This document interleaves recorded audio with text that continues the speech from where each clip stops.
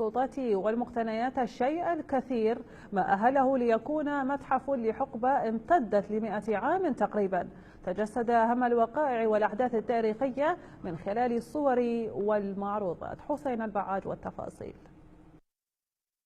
بيت تراثي وتاريخي في قضاء النعمانية حوى من المخطوطات والمقتنيات الشيء الكثير أهله ليكون متحفا لحقبة امتدت ل100 عام تقريبا، بيّنت أهم الوقائع والحوادث التاريخية والأحداث من خلال الصور والمعروضات التي جمعها أحد شيوخ قضاء النعمانية خلال سنوات.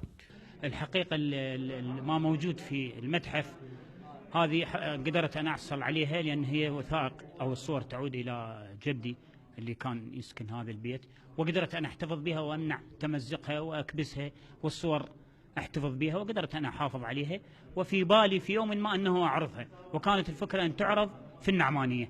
يحوي وثائق قديمة تعود إلى أواخر القرن ال19 وبداية القرن ال20 ومنتصف ونهاية القرن ال20، ويعني وثائق كلش عديدة، وصور أيضا استطعت أن أكبرها لأنه صور قديمة وكذا، وأسلحة أهلنا، وهاي أسلحة شخصية، أسلحة يدوية، وهالأمور هذه السجاد عرضتها بالدار، حتى قلت لك أضيف لمسة تراثية إلى العملية. يعني مثلا هذا اللي قاعد يشوفون الصور والوثائق، من يشوفون فيه جدار تراثي، لا تشوف مساحته والكبر الغرف مالته، يمكن تعطي أفضلية العرضها بهذا المكان من أن تعرض في مكان عادي، كأن تكون قاعة، كأن تكون غرفة. اليوم نقف في قصر من قصور التراث العراقي، حيث بني هذا القصر في أربعينيات القرن الماضي. هذا القصر لوحات كثيرة تمثل لنا الإرث الحضاري والتراثي والتاريخي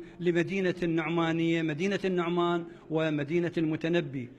الوافدون للمعرض والمهتمون شجعوا إقامة المتاحف في مناطقهم التي تفتقد لمثل هذه المبادرات، فيما طالب آخرون برعاية هذه المخطوطات الفردية من قبل الحكومة، وخصوصا للمحافظات التي تمتلك إرثا تاريخيا كبيرا كمحافظة واسط. بعد غياب الدعم الحكومي وغياب المهرجانات الثقافية اللي كانت ترعاها الحكومة، ان نلاحظ اليوم الناس المواطنين اللي يحتفظون بإرثهم التاريخي هم من يقوم على عاتقه بمثل هكذا معارض. احنا هذا المعرض الأول للأخ محمد داخل اللي يمجد به ويوثق بفعاليات وتاريخ النعمانية، حتى انه المعرض كان يحمل عنوان النعمانية بعيون الماضي.